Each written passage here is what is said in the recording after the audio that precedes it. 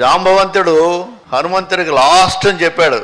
హనుమంతుడికి వచ్చిన వరం ఉంది, అతని బలం అతనికి తెలియాలంటే అతని తట్టి లేపాలని. అది లేపే అవకాశం వచ్చింది ఆయనకి. దానికి ముందు అందరికీ వారి వారి సామర్థ్య పరీక్షను పెడతాడు ఆయన.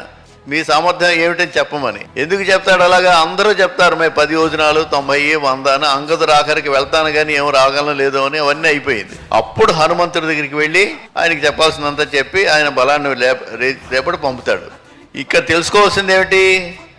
Any big company will have a senior most people అడ్వైజర్గా ఎందుకు పెట్టుకుంటారు అంటే వాళ్ళకి ఎక్స్పీరియన్సెస్ అబెండెన్స్గా ఉంటుంది. ఆ అబెండెన్స్ వల్ల పేషెన్స్ వస్తుంది.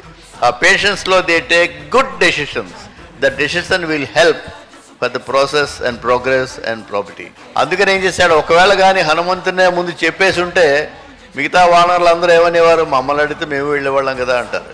అలా కాకుండా వాళ్ళకు అవకాశం ఇచ్చి వాళ్ళ వెళ్ళలేని వాళ్ళ చేత అనిపించి ఎవరు వెళ్ళగలరో వాళ్ళని చర్చి చూపించిన, అంటే సీనియర్ పీపుల్ అవసరం ఎంత ఉంది అన్నది కూడా ఇందులో తెలిసి వచ్చింది.